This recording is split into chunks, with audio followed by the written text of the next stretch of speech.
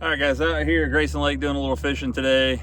Fishing slow, but it's December 16th, so there's not a whole lot you can actually, you can't come out here and just expect to smash them this time of year. But I'm going to take this opportunity here to carry on my rods that I have and what I actually use them for. And use those of you guys that know, I've went through and exhausted all my casting rods, so we're now into the spinning rod series. So this is the NRX Plus 872s JWR. This rod is one of my favorites to throw small swim baits on like this. I also have been known to throw a small jig on this thing, as well as a Ned rig. Seems like a little long for a Ned rig, but I'm telling you what, this thing is a phenomenal rod for the Ned rig. This thing gives you a little bit more length. Again, this is 87 inches, so this is a 7.3. This is a 2-power, which is actually a medium. So this is a 7.3 medium from Loomis.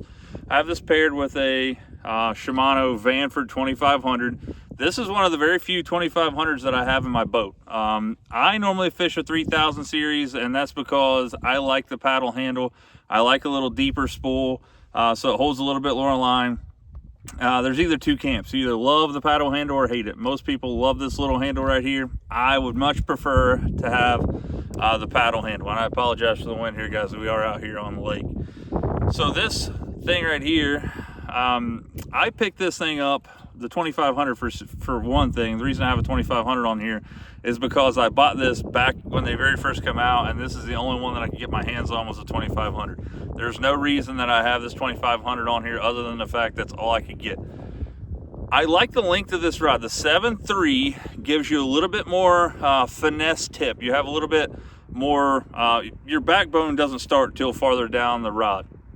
And I like that for, especially up north. If I'm going to be smallmouth fishing at Lake St. Clair or Lake Erie or something, I like that extra length to give me the ability to make long casts to get my bait away from the boat.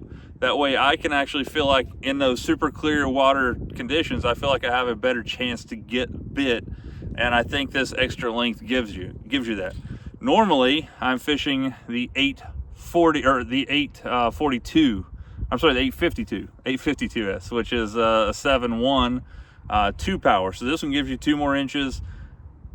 I find myself picking up the 852 more than this one, but I figure this one is a lot more technique specific, whereas the 852 that I'll show you guys in another video is more all around. It's an all-around rod that you can catch pretty much anything you want on. You can fish pretty much anything you want, from a drop shot down to a Ned rig, small swim bait like this.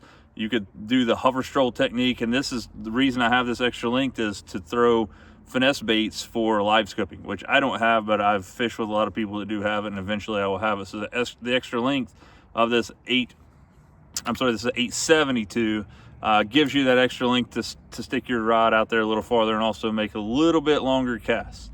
I have this spooled up with 15-pound Power Pro. This is the Super Slick V2 in Onyx. You can see it's pretty old. It's kind of gray more than black. But I've had this stuff on there probably 2 years. I don't know, year. Obviously, it couldn't have been 2 years because this reel hasn't been out that long. So decent amount of the usage here. Have this, obviously, 8-pound test Sunline FC Sniper leader. I use a uni-to-uni knot. I feel like that's just as good as anything else. But I'm telling you what, if you're looking for a nice rod to throw smaller swim baits, something like this, and a more finesse technique as opposed to throwing it out there on a casting rod, don't overlook the NRX Plus 872s JWR.